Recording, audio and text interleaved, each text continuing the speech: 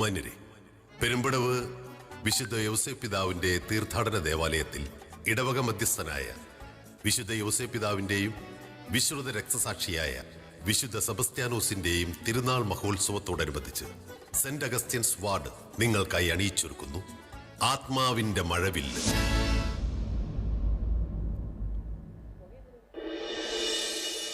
ഞങ്ങളുടെ ഈ കലാസംരംഭത്തിന് എല്ലാവിധ സഹായ സഹകരണങ്ങളും നൽകി ഞങ്ങളെ പ്രോത്സാഹിപ്പിച്ചുകൊണ്ടിരിക്കുന്ന ബഹുമാനപ്പെട്ട വികാരി ഫാദർ ജോർജ് തൈക്കുന്നംപുറത്തിനും അസിസ്റ്റന്റ് വികാരി ഫാദർ കിരൺ ചെമ്പ്ളായിലിനും നന്ദിയും സ്നേഹവും അറിയിക്കുന്നു. നാടകരചന father Robins Kuzhikkodiyil, graphics Biju Madathipurath, ദീപസംവിധാനം രാജീവൻ പണ്ടാരി, റെക്കോർഡിംഗ് ഗംഗാദാസ് ജനനി സ്റ്റുഡിയോ കണ്ണൂർ, ഏകോപനം ദീപു കണ്ടത്തിൻ പുത്തൻപുരയിൽ, സാങ്കേതിക സഹായം Nixon Kizhakke Chithippuzha, Rajesh Kaniyamparambil, LED wall pixel port media, ശബ്ദ നിയന്ത്രണം Fazi light and sound Eruvatti.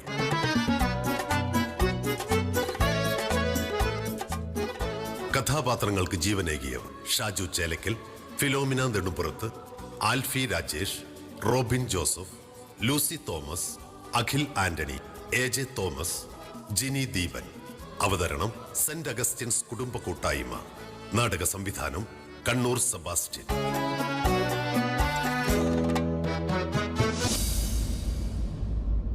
നിങ്ങളുടെ എവരുടെയും സഹകരണവും പ്രോത്സാഹനവും പ്രതീക്ഷിച്ചുകൊണ്ട് അടുത്ത ബെല്ലോടുകൂടി നാടകം ആരംഭിക്കുന്നു. ആത്മാവിന്റെ മഴവില്ല്.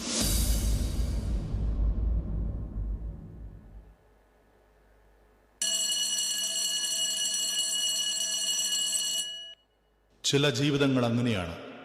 പ്രതിബന്ധങ്ങൾ എത്രയേറിയാലും ഒടുവിൽ ആ വഞ്ചി ലക്ഷ്യസ്ഥാനത്തിൻ്റെ കരയ്ക്കെത്തിയിരിക്കും. സ്നേഹപൂർവം ഞങ്ങൾ ആരംഭിക്കട്ടെ ആത്മാവിൻ്റെ മഴവില്ല്.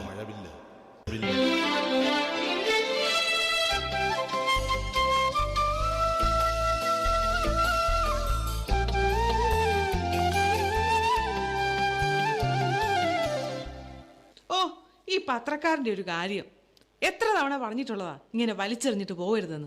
എന്നാലും ഇങ്ങനെ ഇടൂ. മോളെ, എടി ജിൻസി മോളെ, ഇനി വന്നേ. എന്നാ ഉമ്മേ?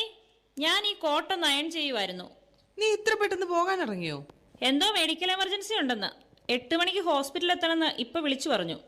ദേ ഇങ്ങോട്ട് നോക്കേ, നിന്റെ ഫോട്ടോ പത്രത്തില്. ഓ, ഇതാണോ? ഇതാ കമ്മ്യൂണിറ്റി ഹെൽത്ത് പ്രോഗ്രാമിന്റെ ഇനാഗുറേഷൻ സെറമണിയാ. ഞാൻ മാത്രമല്ലല്ലോ, എല്ലാരും കൂടിയല്ലേ. മമ്മി എന്നാ ഈ തുറച്ചു നോക്കുന്നേ? നിനക്ക് പറ്റിയ ഡോക്ടർ ചെക്കന്മാര് വല്ലതും ഉണ്ടോന്ന് നോക്കിയതാ. ഓ പിന്നെ, എന്റെ ചെറുക്കനെ ഞാൻ തന്നെ കണ്ടുപിടിച്ചോളാം. മമ്മി പപ്പ അതൊന്നും ഓർത്ത് ബുദ്ധിമുട്ടുണ്ടോ? അയ്യോ, കല്യാണാലോചനയും കൊണ്ടിരുന്ന സമയം പോവും. ഞാൻ പോയിട്ട് വരാം മമ്മി.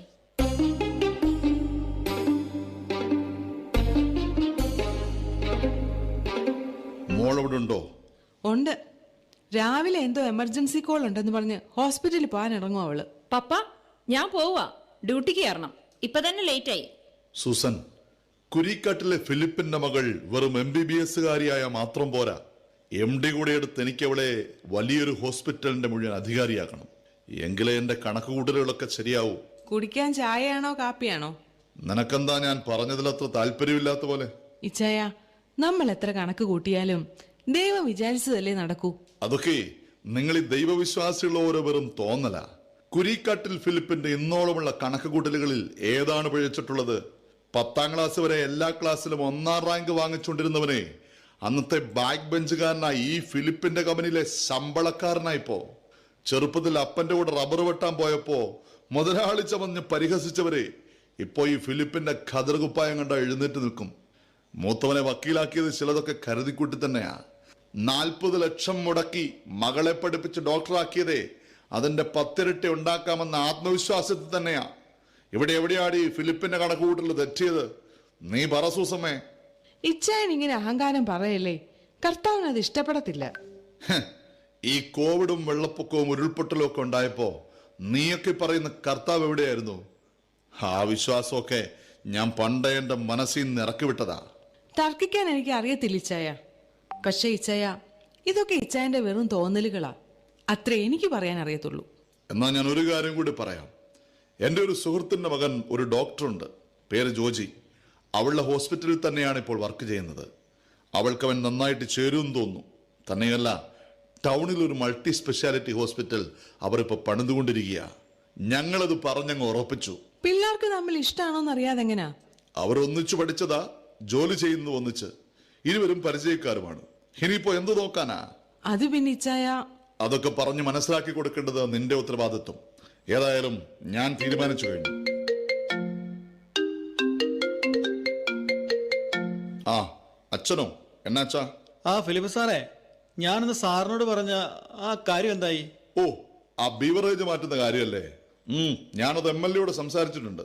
ആ സാറേ, പിള്ളേർ സ്ത്രീകളൊക്കെ പോകുന്ന വഴിയല്ലേ. ഇന്നലെയും കൂടെ സ്കൂൾ പിള്ളേരുടെ അടുത്ത് ആരോ മോശമായി പെരുമാറി എന്നൊക്കെ കംപ്ലൈന്റ് വന്നു. ഞാനും കൂടി വരാം സാറേ. നമുക്ക് നേരിട്ട് പോയിട്ട് MLA അടുത്ത് ഒന്ന് കണ്ട് സംസാരിച്ചാലോ? അച്ഛനിങ്ങനെ എടുത്തിയാടാതെ, ഓരോന്നിനും അതിന്റെ സമയമെടുക്കുന്നേ. പിന്നെ ഇവിടെ നാട്ടുകാരുടെ കാര്യം നോക്കാൻ ഞങ്ങളൊക്കെ ഇല്ല അച്ഛോ. ഫിലിപ്പ് സാർ ഈ ഇടവക്കാരനാണല്ലോ എന്ന് വിചാരിച്ചിട്ടാ ഞാൻ സാറ് വഴിയൊന്ന് ഇടപെടാന്ന് വിചാരിച്ചത്. അച്ഛനിങ്ങനെ പള്ളിക്കാരും രാഷ്ട്രീയവും ഒക്കെ ഒന്നിച്ച് കാണരുത്. പള്ളിയിൽ ഞാൻ അച്ഛന്റെ കുഞ്ഞാടൊക്കെ ആയിരിക്കും, പക്ഷെ സമൂഹത്തിൽ ഫിലിപ്പ് അങ്ങനെയാണെന്ന് അച്ഛൻ വിചാരിക്കരുത്. ഇനിയുള്ള കാര്യം അങ്ങോട്ട് പറയാം. ആ ബാർ നടത്തുന്നത് ഞാനും കൂടി ഷെയർ ഇട്ടിട്ടാ. അതിനെ അവിടെ നിന്ന് മാറ്റണമെങ്കിലും ഞാൻ വിചാരിക്കണം. അച്ഛൻ എന്നാ ചെയ്യാൻ പറ്റുന്നെന്ന് വെച്ച ചെയ്തു. എന്തിനാ ഇച്ചായ ഇങ്ങനെ ദൈവകോപവും നാട്ടുകാരുടെ മുഴുവൻ ശാപവും വലിച്ച് തലേ വെക്കുന്നത്? എന്റെ കർത്താവേ, ഇനി എന്നൊക്കെ സംഭവിക്കുമോ എന്തോ. ഫിലിപ്പ് ഇവിടെ വരെ എത്തിയതേ ഒറ്റയ്ക്ക് തന്നെയാ. ലാഭമില്ലാത്ത ഒരു കളിക്ക് ഞാൻ നിൽക്കത്തില്ലെന്ന് നിനക്കറിയാലോ. നിന്റെ വികാരച്ചനോട് പോയി പറഞ്ഞേരെ, ഫിലിപ്പിനെ കൊണ്ട് തനിനിറം കാണിപ്പിക്കരുതെന്ന്.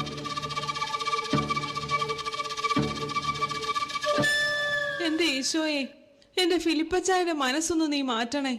എന്തെങ്കിലും ആ പള്ളിയിലൊന്ന് കയറാൻ തോന്നിയാ മതിയായിരുന്നു. അതിനി എന്റെ ജീവൻ കൊടുത്തിട്ടാണെങ്കിലും വേണ്ടുവല്ല. അത് മാത്രം എന്റെ പ്രാർത്ഥന.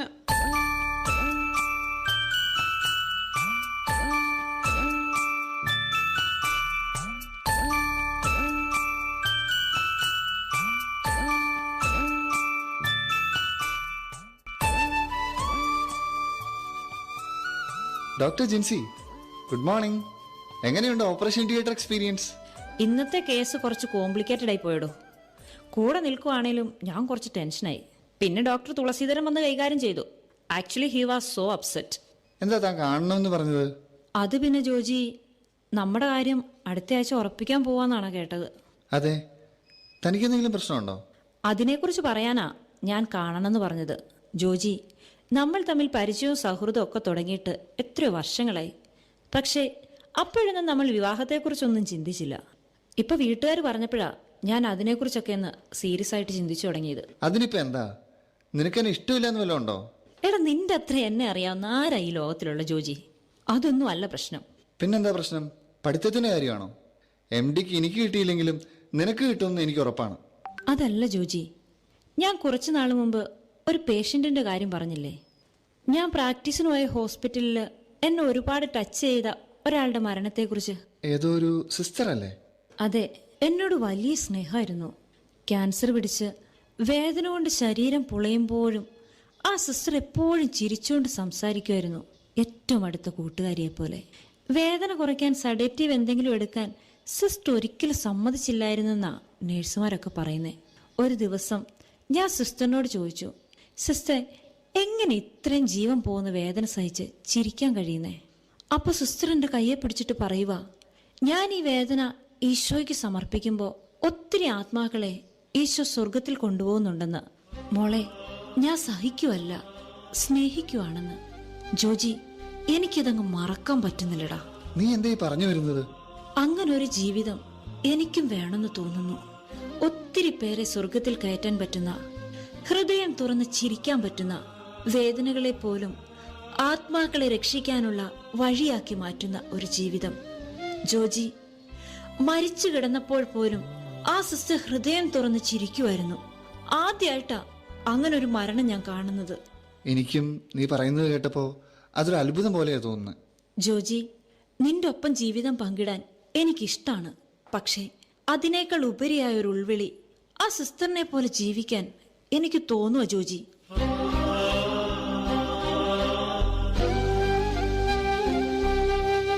ഇതൊരു തോന്നൽ മാത്രമാണോന്നറിയാൻ ഞാൻ ഒരുപാട് പ്രാർത്ഥിച്ചു നോക്കി. എന്നാൽ അതല്ല. കാരണം അത് ഓരോ ദിവസവും എൻ്റെ ഉള്ളിലിരുന്ന് ശക്തിപ്പെട്ടുകൊണ്ടിരിക്കുക.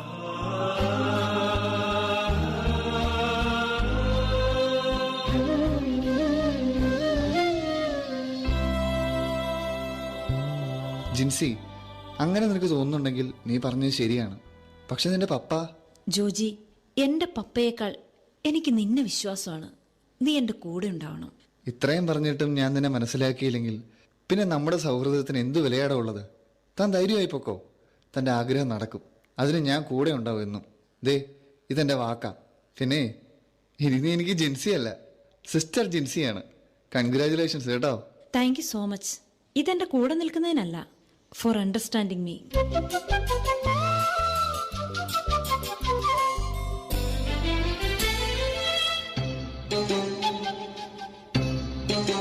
ജിൻസി, എടി ജിൻസി, എന്നാ പറ്റി ഇച്ചായ? അവള് ഡ്യൂട്ടി കഴിഞ്ഞ് വന്ന് കിടക്കുവാ. ഇന്നെനിക്ക് രണ്ടിലൊന്നറിയണം. എവിടെടി അവള്, നിന്റെ പുന്നാര മോള്? ഫിലിപ്പിച്ചായ കാര്യം പറ. എന്നതാന്നേ ഈ കിടന്ന് ബഹളം വെക്കുന്നത്? എന്ന് തൊട്ടാടി നീ ഒറ്റയ്ക്ക് തീരുമാനം എടുത്തു തുടങ്ങിയത്? എന്നതാ ഇച്ചായ? കല്യാണം ഉറപ്പിച്ച നിന്റെ മോള് സന്യസിക്കാൻ പോവുകയാണെന്ന്. ഞാൻ പറഞ്ഞുറപ്പിച്ച കല്യാണം അവള് മുടക്കി. അവൾക്ക് കന്യാസ്ത്രീയാകാൻ പോകണമെന്ന്. എന്നാ മോളെ ഈ പറയുന്നത്? മമ്മി, എനിക്കെന്റെ ജീവിതം അങ്ങനെയാണെന്നാണ് തോന്നുന്നത്. അതെന്റെ ഉറച്ച തീരുമാനമാണ്. ജോജിയോട് ഞാൻ കാര്യങ്ങൾ പറഞ്ഞു. എടി, ഈ കുരിക്കാട്ട് ഫിലിപ്പിന് ജീവനുണ്ടെങ്കിൽ നിന്റെ കല്യാണം ഞാൻ വിചാരിച്ച പോലെ നടത്തിക്കും. പപ്പ, എന്റെ ജീവിതം എങ്ങനെയാണെന്ന് തീരുമാനിക്കാനുള്ള പ്രായം എനിക്കുണ്ട്.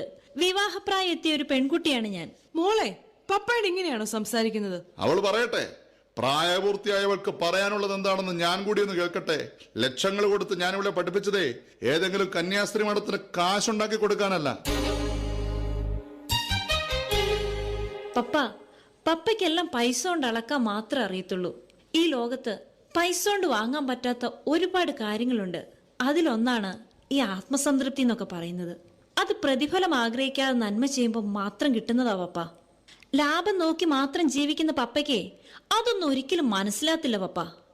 എനിക്ക് ഏറ്റവും അധികം സന്തോഷം തരുന്നതേ ഒരു സന്യാസിനിയായി ജീവിതം മുഴുവൻ മറ്റുള്ളവർക്ക് വേണ്ടി മാറ്റിവെക്കുമ്പോഴാണെന്ന് തിരിച്ചറിഞ്ഞിട്ട് തന്നെയാണ് ഞാൻ ഈ ജീവിതം തിരഞ്ഞെടുത്തത്. ഈ ഫിലിപ്പ് ജീവനോടെ ഇരിക്കുമ്പോ നിന്നെ ഞാൻ അതിന് സമ്മതിക്കത്തില്ല.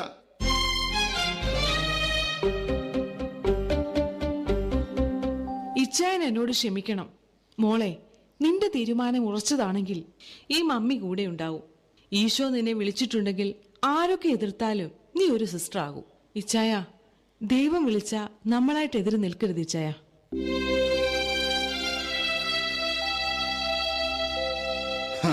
അപ്പൊ ഫിലിപ്പിനെ തോപ്പിക്കാൻ എല്ലാരും കൂടെ ഒരുമിച്ചിറങ്ങിയേക്കും അല്ലേ?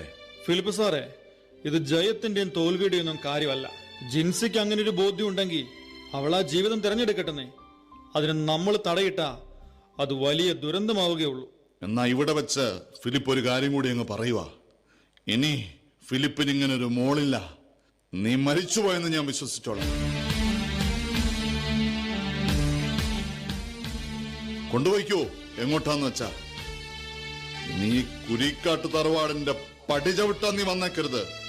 അതിന് ഞാൻ ചത്തുമലച്ച് കിടന്നാ പോലും.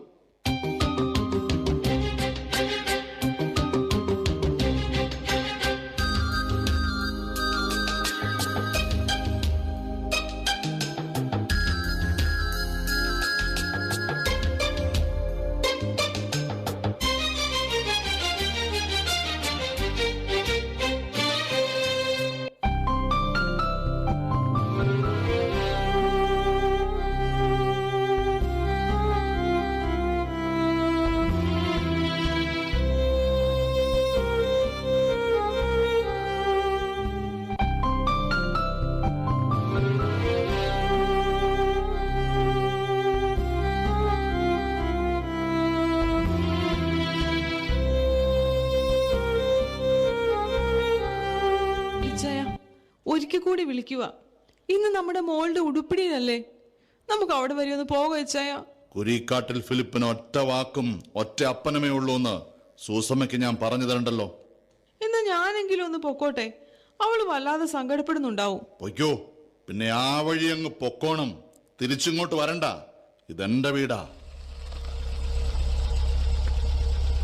അപ്പൊ നീ പോകാനുള്ള വണ്ടി വരെ തയ്യാറാക്കിയിട്ടാ ഈ നാടകം കളിക്കുന്നല്ലേ?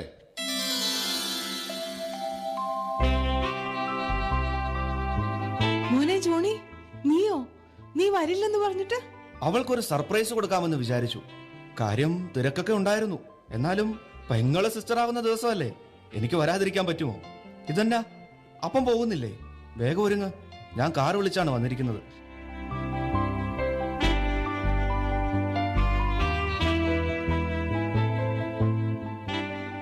മോനെ, ഞാൻ എത്ര പറഞ്ഞിട്ട് ഇച്ചായം കേൾക്കുന്നില്ല. എന്നാ മമ്മി ആ കാറിന് പൊയ്ക്കോളൂ. ഞാൻ പപ്പയെ കൂട്ടിക്കൊണ്ട് ഇവിടുത്തെ കാറിന് വന്നോളാം. എനിക്കൊന്ന് ഫ്രഷ് ആവുകയും വേണം. ആദ്യം തന്നെ ആരെയും കണ്ടില്ലെങ്കിൽ അവള് വല്ലാതെ വിഷമിക്കും. മോൻ വല്ലതും കഴിച്ചോ? അതൊക്കെ ഞാൻ നോക്കിക്കോളാം. ഇപ്പൊ മമ്മി ചെല്ല്.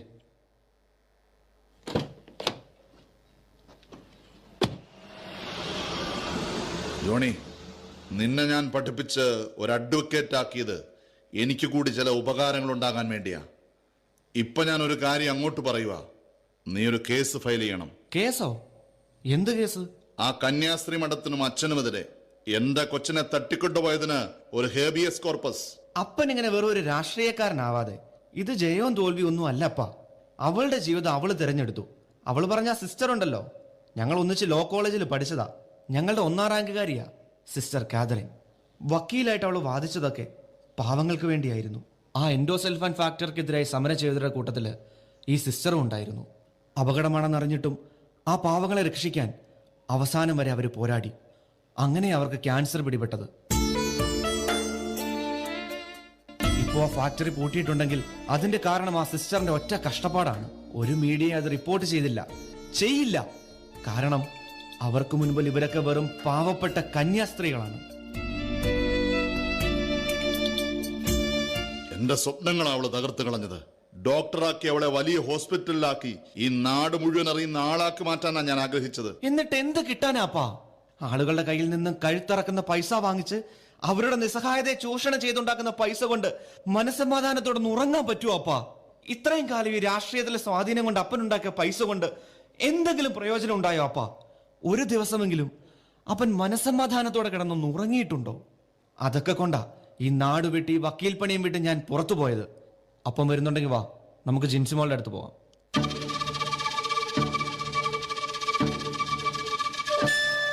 ഇല്ലടാ, അവളോട് ക്ഷമിക്കാൻ എനിക്ക് പറ്റില്ല. ഇപ്പോ നിന്നോടും.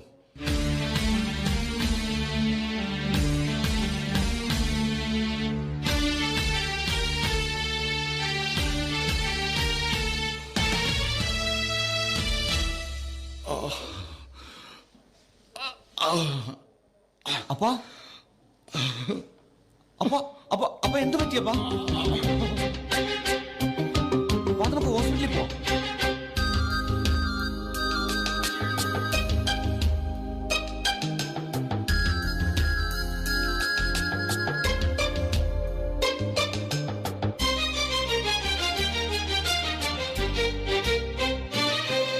ഡോക്ടർ, ശരിക്കും അപ്പൻ എന്താ പറ്റിയത്? കുറച്ച് കോംപ്ലിക്കേറ്റഡ് ആണ്. ഹാർട്ടിലേക്കുള്ള 2 വെയിനുകൾ ബ്ലോക്കായി. വളരെ ഡേഞ്ചറസ് ആയ ഒരു സോണിലാണ് ഓപ്പറേഷൻ ചെയ്യേണ്ടത്. പക്ഷെ പേടിക്കണ്ട, അതിന് ഏറ്റവും പ്രഗത്ഭയായ ഒരു ഡോക്ടർ ഇവിടെ ഉണ്ട്. കൈപ്പിഴകളൊന്നും വരാത്ത ദൈവത്തിന്റെ കയ്യൊപ്പുള്ള ഒരു ഡോക്ടർ.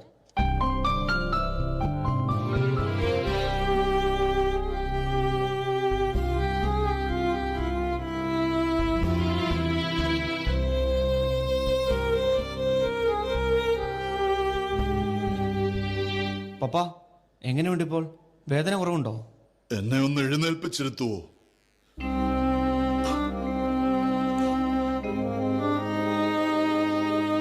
എനിക്കൊരാഗ്രഹമുണ്ട്. എന്റെ ജീവൻ രക്ഷിച്ച ആ ഡോക്ടറെ എനിക്കൊന്ന് കാണണം. ഒന്നാ കരം പിടിച്ച് ചുംബിക്കണം. മരണം അടുത്തു വന്നപ്പോഴാ എനിക്ക് മനസ്സിലായത് ഞാൻ ഈ ഉണ്ടാക്കി വെച്ചതൊക്കെ വിലകെട്ടതാണെന്ന്. ആ ഡോക്ടർ ഇന്ന് പപ്പയെ കാണാൻ വരുന്നുണ്ട്. ദേ, ആ വരുന്നതാണ് പപ്പയുടെ ജീവൻ രക്ഷിച്ച ഡോക്ടർ, സിസ്റ്റർ സ്നേഹ തെരസ്.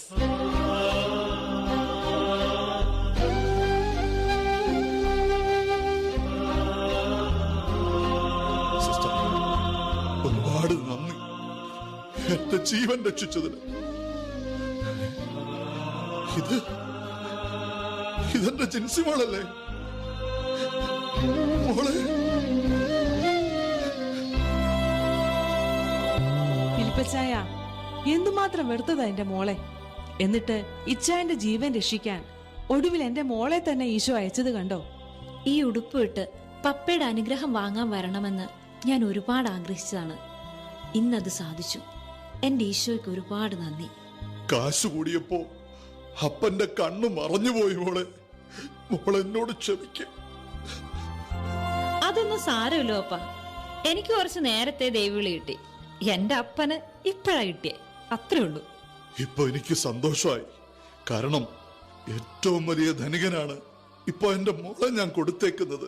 എന്നാ ആ ധനികന്റെ പേര് ഇച്ചായനൊന്ന് പറഞ്ഞേ, എല്ലാരും കേക്കട്ടെ.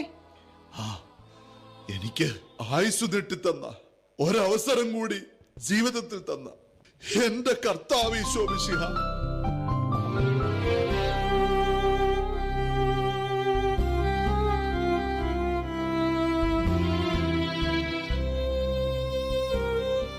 അതെ, അപ്പൊ എല്ലാരും ഹാപ്പി ആയല്ലോ. കുരിക്കാട്ടിലെ ഫിലിപ്പച്ചായന്റെ ഹൃദയമാറ്റ ശസ്ത്രക്രിയ വിജയകരമായി നടന്നിരിക്കുന്നു. അപ്പൊ നമുക്കിതൊന്ന് ആഘോഷിക്കണ്ടേ? അതിനുവേണ്ടി നമ്മൾ എങ്ങോട്ടാ പോകുന്നത് ഫിലിപ്പച്ചായ? എന്റെ ഇടവക പള്ളിയിലേക്ക് എന്റെ കണ്ണു തുറപ്പിച്ചത് എന്റെ മോള. ഇനിയെങ്കിലും എനിക്കൊന്ന് ജീവിച്ചു തുടങ്ങണം, എന്റെ കർത്താവ് ആഗ്രഹിക്കുന്ന പോലെ.